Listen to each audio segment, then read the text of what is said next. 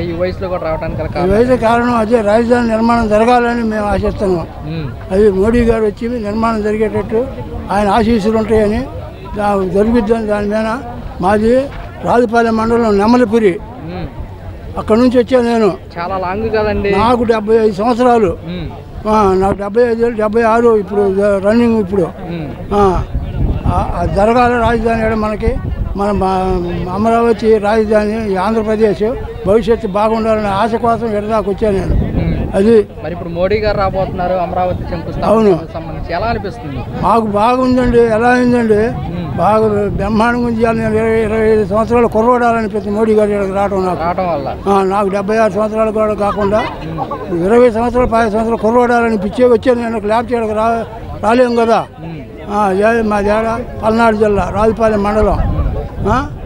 రాజుపాలెం మండలం నెమలిపురి గ్రామం. అది మరి ఇప్పుడు గత ప్రభుత్వం జగన్మోహన్ రెడ్డి అసలు పనికి రానిదండి. అసలు ప్రభుత్వం పనికొచ్చే ప్రభుత్వమే కాదు. వేసిన రోడ్లు దోకపోతారు, కొండలు దోకపోతారు, మొత్తం కొల్లగొట్టమే కానీ దేనికి అసలు ఒక్క పనికే లేదు. మేము బిస్కెట్ కుక్కకి బిస్కెట్ వేసినట్టు 5 రూపాయలు 10 రూపాయలు ఇస్తున్నాం, నీకు 20 రూపాయలు ఇస్తున్నాం, నీకు పింఛన్లు ఇస్తున్నాం. అది పింఛన్లు ఇచ్చి అన్నాళ్ళు నీకు కూలి చేయటమా? నీ పిల్లగాడిని చదివించి పిల్లలు చదివించి వాడు ఒక పొజిషన్లో ఉంటే మనకు ఆయన పెట్టేది ఏంటండి బిస్కెట్లు. మన పిల్లగాడు పెడతారుగా మనకి.